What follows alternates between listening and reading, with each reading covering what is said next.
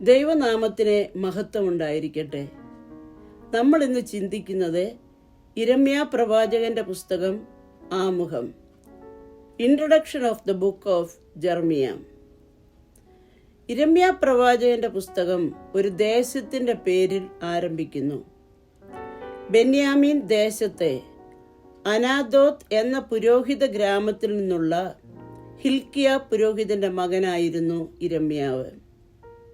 യെരുശലേമിൽ നിന്നും 5 കിലോമീറ്റർ വടക്ക് കിഴക്കായി സ്ഥിതി ചെയ്യുന്ന സ്ഥലവുമാണ് അനാഥോത്ത്.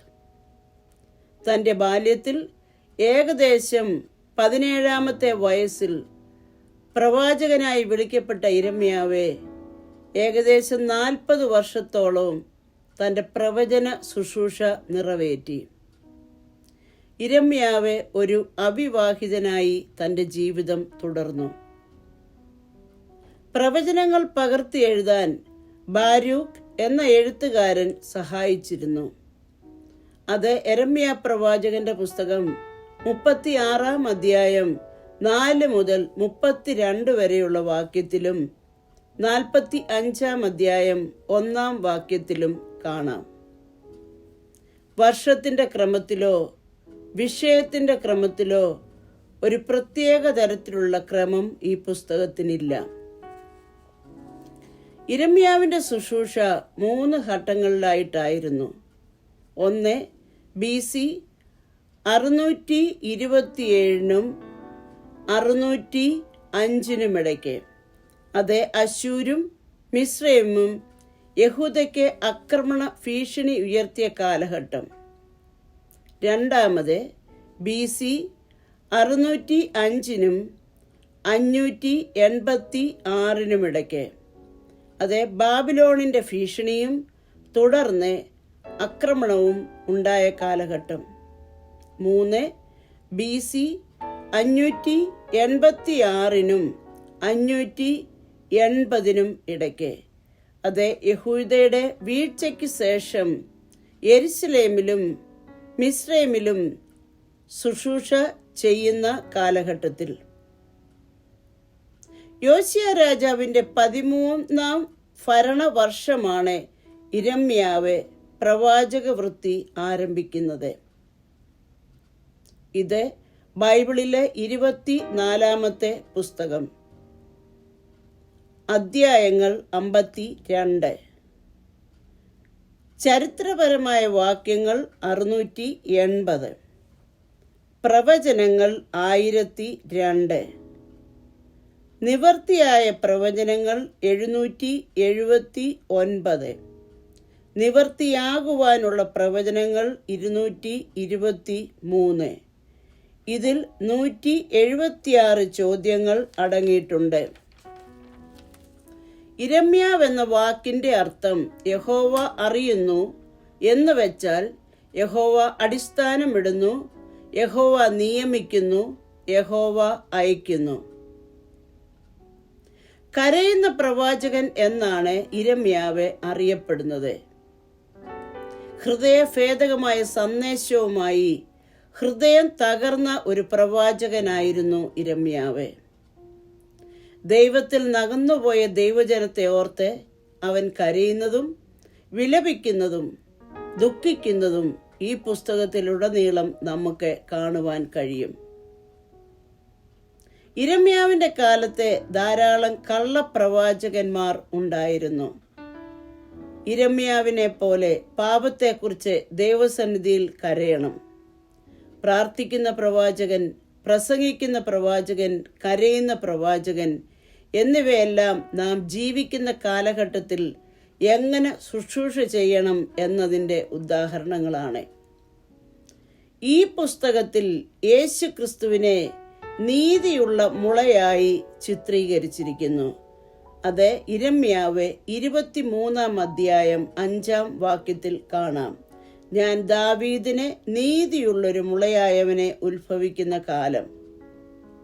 ഉള്ളടക്കം: അനിവാര്യവും ആസന്നവുമായ ദൈവിക ന്യായവിധിയാണ് യിരെമ്യാ പ്രവചനത്തിലെ മുഖ്യ സന്ദേശം. ഭാവി യഥാസ്ഥാപനവും പരാമർശിക്കുന്നുണ്ട്. കുശവന്റെ വീട്ടിൽ വെച്ച് നൽകുന്ന പാഠത്തിലൂടെ മാനസാന്തരപ്പെടാൻ തയ്യാറായാൽ ദൈവം യഥാസ്ഥാനപ്പെടുത്തുമെന്ന സന്ദേശവും നൽകുന്നു.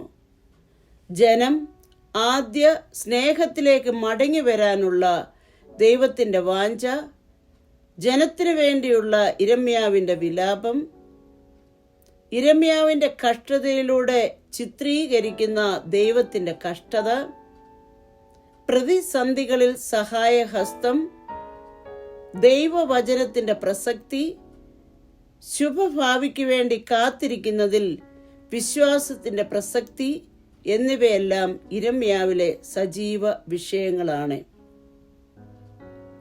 പിഴുതെറിയാനും തച്ചുടയ്ക്കാനും നശിപ്പിക്കാനും തകിടം മറിക്കാനും നിർമ്മിക്കാനും നട്ടുവളർത്തുവാനുമായിട്ടാണ് ഇരമ്യാവ് നിയമിക്കപ്പെട്ടത്.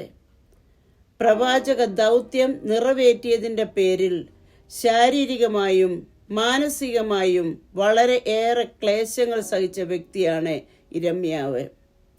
സ്വന്തം ജനത്തിൻ്റെ മേൽ പ്രസ്താവിക്കപ്പെടേണ്ടി വന്ന വിധിവാചകം ജനസ്നേഹിയായ പ്രവാചകനെ വേദനാജനകമായിരുന്നെങ്കിലും ഉള്ളിൽ തീ പോലെ ജ്വലിച്ചിരുന്ന ദൈവവചനത്തിൻ്റെ പ്രചോദനത്തിന് വഴങ്ങേണ്ടി വന്നു. യഹൂദയുടെ പാപം കാലക്രമേണ വർദ്ധിച്ചുകൊണ്ടിരുന്നു. ആഹാസ് രാജാവ് ഹിന്നോം താഴ്വരയിൽ മോലോക്കിന്റെ വിഗ്രഹം പ്രതിഷ്ഠിച്ച് ശിശുക്കളെ ബലിയർപ്പിച്ചു. അവന്റെ മകൻ ഹിസ്കിയാവ് വിഗ്രഹാരാധന നിർത്തലാക്കിയെങ്കിലും അവന്റെ മകനായ മനശ്ശെ നരബലി തുടർന്നു. അതെ, ഇരമ്യാ പ്രവാചകന്റെ പുസ്തകം 7-ാം അധ്യായം 31-ാം വാക്യം, 19-ാം അധ്യായം 5-ാം വാക്യം, 32-ാം അധ്യായം 35-ാം വാക്യത്തിൽ കാണാം. ആകാശരാജ്ഞി ആരാധനമൂർത്തിയായി മാറി. അത് യിരെമ്യാ പ്രവാചകന്റെ പുസ്തകം 7-ാം അധ്യായം 18-ാം വാക്യത്തിലും 44-ാം അധ്യായം 19-ാം വാക്യത്തിലും കാണാം. അവിശ്വസ്തത, വിഗ്രഹാരാധന, വ്യഭിചാരം, അനീതി, ഭീകരകൃത്യങ്ങൾ, എളിയവർക്ക് നേരെയുള്ള പീഡനം എന്നിവ ദേശത്തെ കൊടികുത്തി വാണു. ദൈവത്തെ തുടരെ കോപിപ്പിക്കുന്ന ജനത്തിന് വരാൻ പോകുന്ന ന്യായവിധി ഭയാനകരമായിരിക്കും. അത് രാജാവിനും പുരോഹിതനും പ്രവാചകനും ജനത്തിനും ഒരുപോലെ വന്നു ഭവിക്കുമെന്ന് യിരെമ്യാവ് പ്രവചിച്ചു. ഉടമ്പടി ലംഘിച്ച ഇസ്രായേലിന് പ്രതീക്ഷയ്ക്ക് അവകാശമില്ല. ദേവാലയവും നഗരവും ചാമ്പലാകും. പക്ഷേ ദൈവം തന്നെയും തൻ്റെ ജനത്തെയും കാത്തു പരിപാലിക്കുമെന്ന് യിരെമ്യാവിന് ഉറപ്പുണ്ടായിരുന്നു. ദൈവം പ്രവാസികളെ തിരിച്ചു കൊണ്ടുവരുമെന്നും അവർ അവിടുത്തെ ജനവും അവിടുന്ന് അവരുടെ ദൈവവുമായിരിക്കുമെന്ന് പ്രവചിച്ചു. പുതിയൊരു പുറപ്പാടിൻ്റെ അനുഭവമായിരിക്കും അത്. താൻ പ്രവചിച്ച അനർത്ഥങ്ങൾ സംഭവിക്കുന്നത് കാണാനുള്ള ദൗർഭാഗ്യം യിരെമ്യാവിനുണ്ടായി. തടവുകാരോടൊപ്പം ബാബിലോണിലേക്ക് നയിക്കപ്പെടാതെ യിരെമ്യാവ് യെരുശലേമിൽ നഷ്ടശിഷ്ടങ്ങൾക്കിടയിൽ തള്ളിയെങ്കിലും പിന്നീട് ഈജിപ്തിലേക്ക് നാട് കടത്തപ്പെട്ടു. അവിടെ വെച്ച് മരിച്ചെന്ന് വിശ്വസിക്കുന്നു. യിരെമ്യാവിൻ്റെ പുസ്തകം ദൈവത്തിൻ്റെ ധൈര്യം, കൃപ, ചിന്താഗതികൾക്കായുള്ള മുന്നറിയിപ്പും അവൻ്റെ വിശ്വാസം, ഭയപ്പെടാത്ത ദയയും പ്രതിപാദിക്കുന്നു.